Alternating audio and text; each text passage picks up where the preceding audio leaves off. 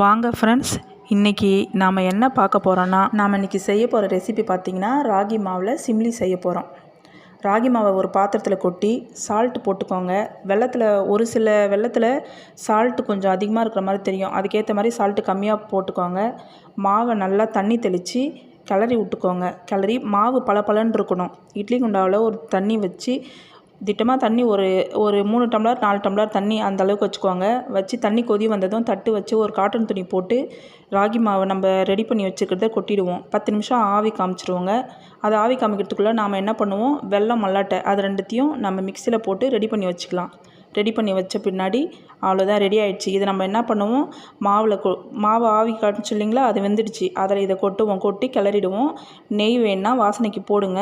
சில பேருக்கு பிடிக்கலனாலும் விட்டுருங்க, ஆப்ஷன் தான். போட்டு கிளறி மாவை நம்ம எடுத்து உருண்டை பிடிக்க வேண்டியது தான்.